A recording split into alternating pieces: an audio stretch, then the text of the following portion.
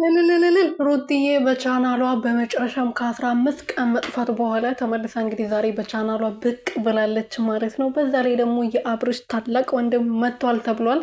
የኛም ማናውቀው ታላቅ ወንድም አለው እንግዲህ አብርሽ ወይም ዘመድ ይሆናል፣ እንደዚህ እንደ ወንድም የሚያየው ሰው ይሆናል እንጂ እውነተኛ ወንድም እንግዲህ ከኤፍሬም ውጪ ወንድም አለው? እኔ እንጃ አላውቅም።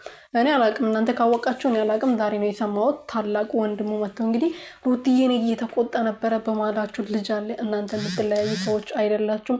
ለብዙ አመታት ብዙ ዋጋ የተከፈለበት ፍቅር እንደዚህ በቀላሉ የሚያልቅ አይደለም። በዛ ላይ ደግሞ አሁን በማላችሁ ልዑልዬ ጩጭዬ አለ። ስለዚህ አትለያዩም ብሎ ተቆጥቷታል። ሩትዬም ደግሞ መልስ ሰጣለች። እኔ እና እሱ ተለያይተናል፣ ብዙ ነገሮችን አሳልፈናል፣ በማላችን ብዙ ነገር ተፈጥሯል። እኔ እና እሱ ከዚህ በኋላ ተስፋ የለንም ብላለች።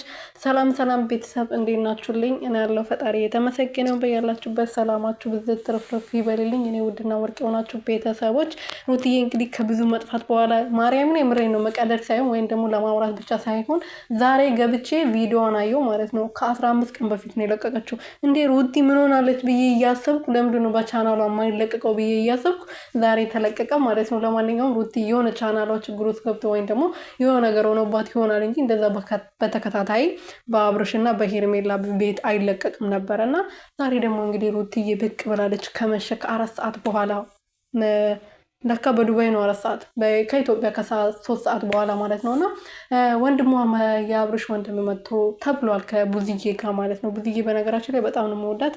ወንድሟ ስለሆነ ብቻ የምታዳለው ነገር የለም። ሴት ስለሆነች በሴት ቦታ ቁጭ ብላ ነው የምትናገረው ነገሮቹ ማለት ነው እንጂ እንደ ሌሎቹ አታሽቃብጥም። በዚህ ነገሯ በጣም ነው መወዳት። ሩትዬ እንግዲህ መልስ ሰጥታለች። አትለያዩም፣ መቼም እናንተ አትለያዩም፣ ትታረቃላችሁ። ሰው ብዙ ጊዜ ተጣልቶ ራሱ ተመልሶ ይታረቃል።